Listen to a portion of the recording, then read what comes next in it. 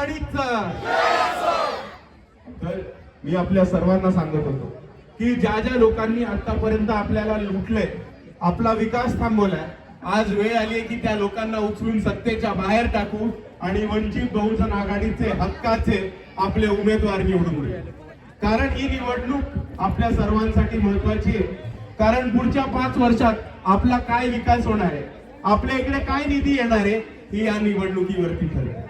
म्हणून मी आपल्या सर्वांना एवढीच विनंती करतो की आपण सर्वांनी वंचित बहुजन आघाडीच्या उमेदवारांना जास्तीत जास्त मतांनी निवडून द्यायचं आणि आजही सत्ता आपल्या हातामध्ये घेऊ।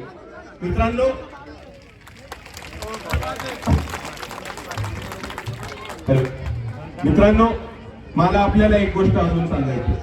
आज जर आपण बघितलं की वंचित बहुजन आघाडीचे उमेदवार कोण आहेत, तर आपल्याला दिसेल की वंचित बहुजन आघाडी हा तळागाळातल्या कार्यकर्त्यांचा पक्ष आहे आणि ह्या निवडणुकीमध्ये बाळासाहेब आंबेडकरांनी तसेच तळागाळातल्या कार्यकर्त्यांना तिकीट देण्याचं काम केलेलं आहे।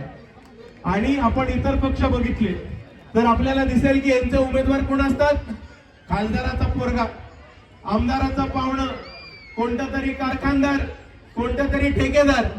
आणि ह्या परिस्थितीमध्ये मी आपल्याला एवढीच विनंती करतो की या कारखानदारांना आणि ठेकेदारांना निवडून देण्यापेक्षा आपल्या हक्काचे वंचित बहुजन आघाडीचे वंचित समूहाचे उमेदवार आपण निवडून द्या, आपण त्यांना निवडून द्या।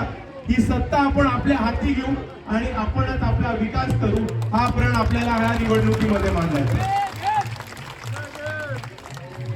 आणि मित्रांनो, अजून एक गोष्ट मला आपल्या सर्वांना सांगायची की जर आपण बघितलं तर इतर पक्षामध्ये ते पैसे देऊन तिकीट मिळतात। काही काही पक्षांमध्ये खासदाराला खोके द्यायला लागतात, आमदाराला पेटी द्यायला लागते। आणि औरंगाबाद मध्ये एक नवीन प्रथा चालू झाली आहे की माजी खासदाराला आपल्याला थार गाडी द्यायला लागते म्हणजे तिकीट मिळतात। वंचित बहुजन आघाडीमध्ये असा कुठलाही प्रकार चालू नाही। वंचित बहुजन आघाडीमध्ये तुम्ही उमेदवारांना विचारा आणि ते आपल्याला सांगतील की वंचित बहुजन आघाडीचे उमेदवारांना 0 पैशामध्ये तिकीट दिलंय, कारण हा तळागाळातल्या कार्यकर्त्यांचा पक्ष आहे। आणि ज्या ज्या लोकांच्या तोंडावर आतापर्यंत सत्ता नव्हती, ज्या ज्या लोकांना सत्तेपासून दूर ठेवलं होतं, त्या लोकांना सत्तेमध्ये घेऊन जाण्याचं काम हे बाळासाहेब आंबेडकर करत आहे। आणि म्हणून मागच्या नगरपालिकेमध्ये आपण बघितलं तर नगरपालिकेमध्ये 108 नगरसेवक निवडून आणण्याचं काम वंचित बहुजन आघाडीने केलं होतं आणि महानगरपालिकेमध्ये 26 नगरसेवक निवडून आणण्याचं काम केलं होतं। आता हे नगरसेवक कोण होते? मी नाव घेऊन सांगतो। प्रियंकाताई विश्वकर्मा समाजाच्या येतात, चांदूर रेल्वेच्या नगर अध्यक्ष झाल्या। 15 घरं नाही आहेत विश्वकर्मा समाजाची त्या चांदूर रेल्वेमध्ये, तरी वंचित बहुजन आघाडीच्या ताकदीवरती त्या नगर अध्यक्ष होऊ शकल्या चांदूर रेल्वेच्या। कुलदीप राक्षसमारे नावाचा आपला एक भाऊ आहे, तरुण पोरगा आहे, नांदेडमध्ये नगरसेवक झाला। कुलदीप राक्षसमारेंचं नोकरी काय होती, त्यांचा धंदा काय होता, तर त्यांचं छोटासा प्रिंटिंगचं दुकान होतं। ठिकठिकाणी बॅनर आणि फ्लेक्स लावण्याचं काम हे कुलदीप दादा करत होते। आता त्या बॅनर आणि पोस्टर लावणाऱ्या पोराला नगरसेवक नांदेडमध्ये करायचं काम हे वंचित बहुजन आघाडी आणि बाळासाहेब आंबेडकरांनी करून दाखवले। आणि एवढंच नाही तर आपल्याला अरुणाबा जाधव माहितीये, वंचित बहुजन आघाडीचे प्रवक्ते। अरुणाबा जाधव हे कोलाटी समाजातले येतात। कोलाटी समाजाचा पारंपरिक व्यवसाय हा नाच गाणी आणि तमाशाचा असतो। आता अरुणाबा जाधव जेव्हा केव्हा स्टेजवरती जातात ते सर्वांना सांगतात की मी एक नाचणीचा पोरगा आहे, पण राजकारणामध्ये आलो तर बाळासाहेब आंबेडकरांमध्ये आलो। आणि त्याच अरुणाबा जाधवांना बाळासाहेब आंबेडकरांनी नगरसेवकाचं तिकीट दिलं जामखेड शहरामध्ये। कोणाच्या विरुद्ध दिलं? तर रोहितदादा पवारांच्या पॅनलच्या विरुद्ध। आता शरद पवारांच्या नातवाच्या विरुद्ध बाळासाहेब आंबेडकरांनी एका नाचणीच्या पोराला तिकीट दिल्याचं काम केलं होतं। आणि बाळासाहेब आंबेडकर जेव्हा तिकीट देतात तेव्हा फक्त तिकीट नाही देत, तेव्हा त्या कार्यकर्त्याला बळ देतात, ताकद देतात। ही वंचित बहुजन आघाडीच्या कार्यकर्त्यांची फौज त्यांच्या मागे उभी करतात। आणि म्हणून अरुणाबा जाधव एक नाचणीचा पोरगा हा नाचणीचा पोरगा निवडणुकीमध्ये उभे राहून शरद पवारांच्या नातवाच्या पॅनलला पाडून वंचित बहुजन आघाडीचा नगरसेवक बनू शकतो. आणि ही ताकद या महाराष्ट्रामध्ये कोणात असेल तर ती फक्त वंचित बहुजन आघाडी आणि बाळासाहेब आंबेडकरांमध्ये. आणि दुसऱ्या बाजूला मी अजून एक गोष्ट सांगतो, आपल्यावरती जेव्हा अन्याय अत्याचार होतो, आपल्यावरती कोणतीही आडी अडचण येते, तेव्हा एक पक्ष आणि एक माणूस आपल्या सर्वांसाठी धावून येतो, तो म्हणजे वंचित बहुजन आघाडी आणि बाळासाहेब आंबेडकर. भीमा कोरेगाव मध्ये जेव्हा आपल्यावरती हल्ला झाला होता, तेव्हा बाळासाहेब आंबेडकरांनी महाराष्ट्र बंद करून त्या भिडे गोटेला त्यांच्या बिळातनं बाहेर काढायचं काम केलं होतं. जेव्हा आंबेडकर भवन पाडलं होतं, तेव्हा मुंबईमध्ये मोठा मोर्चा हा वंचित बहुजन आघाडीने काढला होता. आणि बाळासाहेब आंबेडकरांच्याच एक भीम योद्धा नगरसेवक अमितदादा भुईगळ यांनी औरंगाबाद मध्ये त्या रत्नाकर गायकवाडला कुत्र्यासारखं तुडवण्याचं काम केलं होतं. जेव्हा बोधमांगे कुटुंबावरती कर्लांजी मध्ये अन्याय अत्याचार झाला होता, तेव्हा त्या बोधमांगे कुटुंबाला न्याय मिळवून देण्यासाठी महाराष्ट्रभर आंदोलन बाळासाहेब आंबेडकरांनी उभं केलं होतं.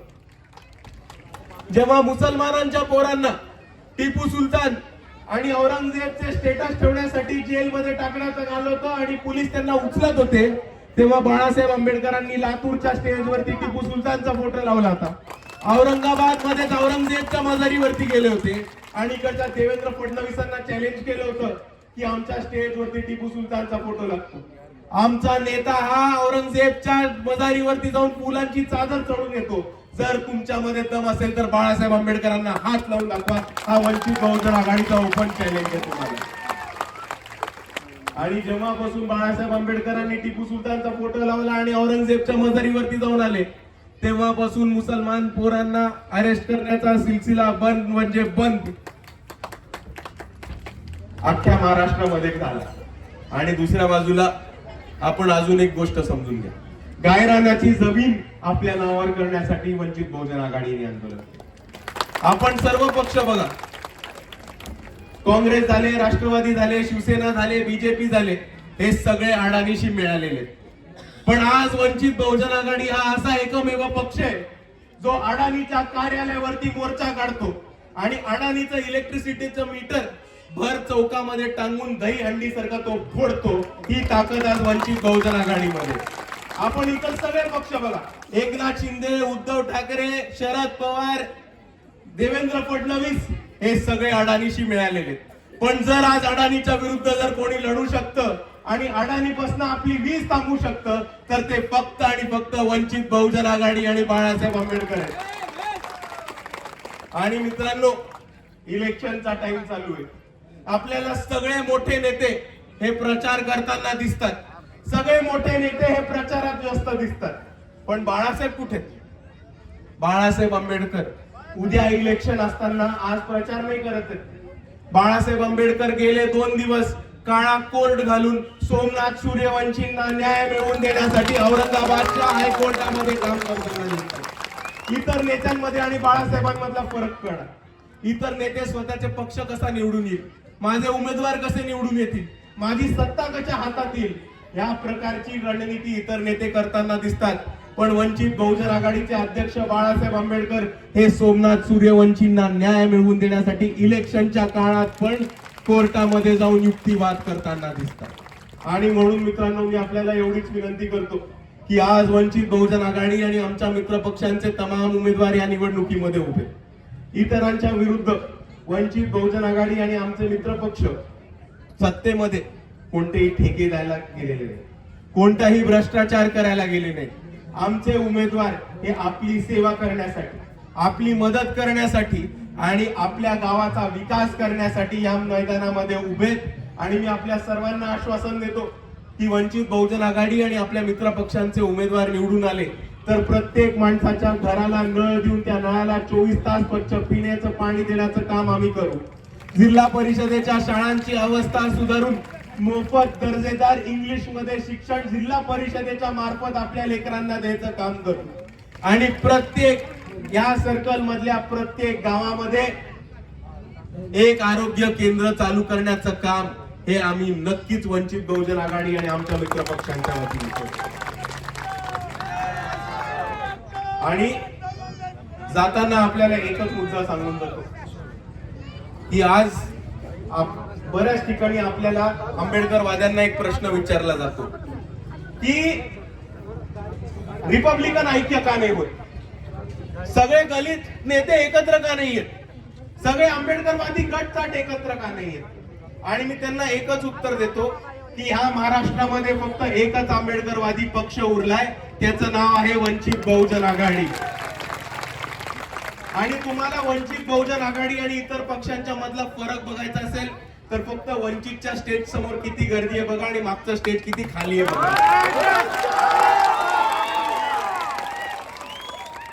ज्या लोकांना 4 लोक गाणी ऐकण्यासाठी गोळा करता नाही येत त्यांना आम्ही गिनतीत सुद्धा पण नाही घेत, हे लक्षात घ्या.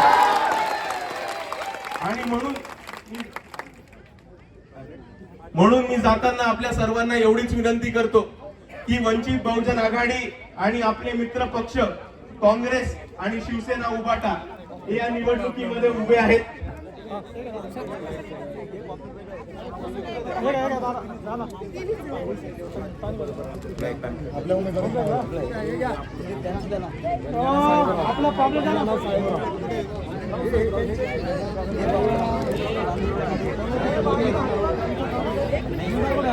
मी आपल्या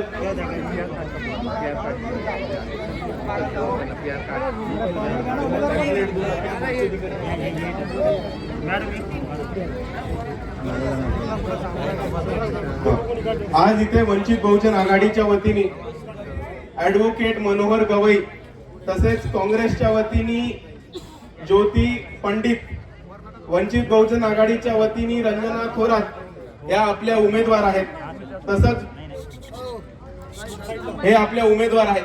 मी आपल्या सर्वांना विनंती करतो की वंचित बहुजन आघाडी आणि आपल्या मित्र पक्षांना जास्तीत जास्त मतांनी निवडून द्या, एवढीच आपल्या सर्वांना विनंती करतो आणि माझे 2 शब्द इथे थांबवतो. जय भीम, जय संविधान. आणि जाताना आपल्याला एकच गोष्ट सांगून द्यायची आहे की आपल्या बरोबर युतीमध्ये शिवसेना उभाटा आहेत आणि तसेच काँग्रेस आहेत. शिवसेना उभाटाने आपल्या शेजारच्या सर्कल मध्ये बंडखोरी करून आपल्या विरुद्ध उमेदवार दिलेत. मी त्यांना विनंती करतो की ते उमेदवार मागे घ्या किंवा त्यांचं निलंबनाचं पत्र लगेच काढा. दुसऱ्या बाजूला त्यांचं चिन्ह आहे मशाल, काँग्रेसचं चिन्ह आहे पंजा आणि आपली निशाणी काय? आपली निशाणी काय? आपली निशाणी काय? बीजेपी की छाती पर वंचितों का सिलेंडर, आरएसएस की छाती पर वंचितों का सिलेंडर, मनुवाद की छाती पर जीतेगा भाई जीतेगा.